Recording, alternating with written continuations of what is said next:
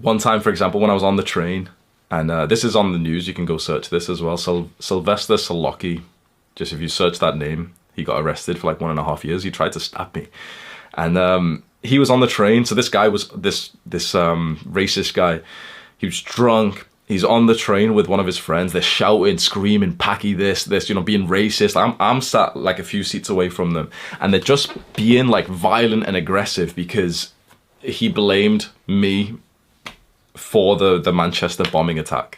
And he kept on saying like his sister died there. I'm not sure if that was true or not, but like, yeah, he started to just blame brown people in general, started to like blame me. He was sat next to a woman wearing a hijab, and this was on the train, but even before the train, there was a whole chaos on the station because I got to the train station. He's shouting at this woman in a burqa or something, and she's holding a kid like proper close. All of these fucking cretins, everyone there just stood silently. You know how like white British people are, just like NPCs, just whilst there's like shit going on, everyone's just quite silent.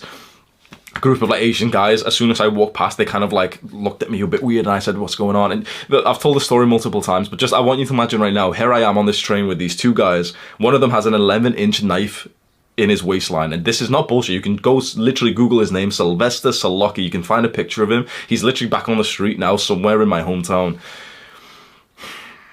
He's there with an 11-inch blade in his waistline, and he's screaming racist things. I want you to think right here, right now, on this part of the train. I think I was the only, like, there was me, brown people, there's me, and like one woman who's wearing like the hijab or something. That's it, right? Now imagine if exactly on this train, if suddenly there was 10 Asian guys, quite like buff looking, like brown guys. Like imagine there was like another 10, 15 of me taking up the seats. Would these guys have tried to bully me and this woman? If there was 10 guys, there might have been like more of a chaotic fight because, you know, like more like rivalry would have happened. But would these guys have felt so confident and so comfortable? No, right? There's safety in numbers, and having this in-group, having this group who is similar, having the us is deeply, deeply powerful because it related back to the primal ancient times. Us is one of the most important words you could say. There's very little me in natural, human, primal days when you really think about it.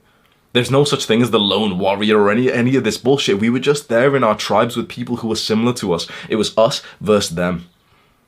Because that's exactly what these bullies are thinking. That's exactly what these racists are thinking. They're thinking us versus them, right? They're looking at me and thinking them. They're looking, like the bully might be looking at you thinking them.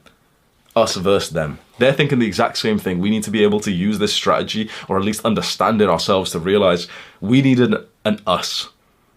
We'll go through effective strategies on how to develop the us, the in-group, very soon.